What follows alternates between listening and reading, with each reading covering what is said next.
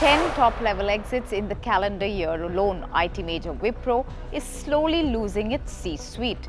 The biggest jolt came back in September when the CFO Jatin Dalal stepped down only to join rival Cognizant weeks later.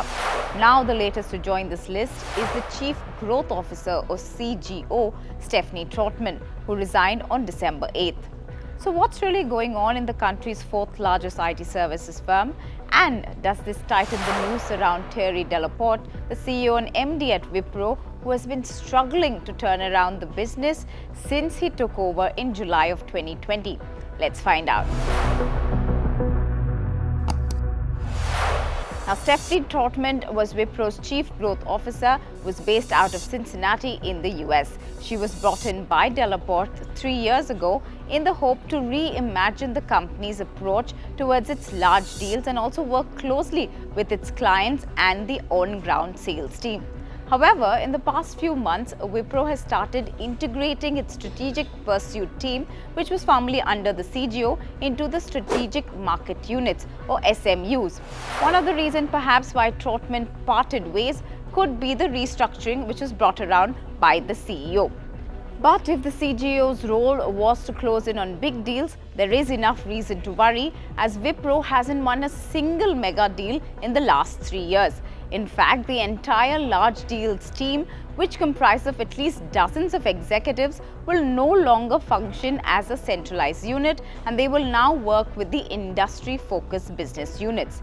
To put things into perspective, Wipro's 3 large major rivals have managed to bag at least 9 big deals, which are worth more than 1 billion in value, or mega deals as we call it, over the same time period. While TCS has won 5 mega contracts, Infosys has 3 in its kitty, HCL has one of the largest contracts valued over 2 billion in its deal with Verizon. Now, Wipro doesn't have much to boast about when it comes to deals. It is known that the whole IT sector as a whole has been struggling with these mega deals, but they become very critical for IT services firms as they give them that assured revenue every year, even though it takes about 12 to 18 months to crack one of these large deals. And while we are drawing comparisons, it would be interesting to point out here that CEO Thierry Delaporte is among the highest paid CEOs in the Indian IT sector, with a heftier salary package than HCL or even TCS and Infosys. Delaporte draws a salary of 82 crore per annum, while Infosys CEO Salil Parekh gets a remuneration of about 56.45 crores. HCL CEO and MD C. Vijay Kumar has earned about 28 crores.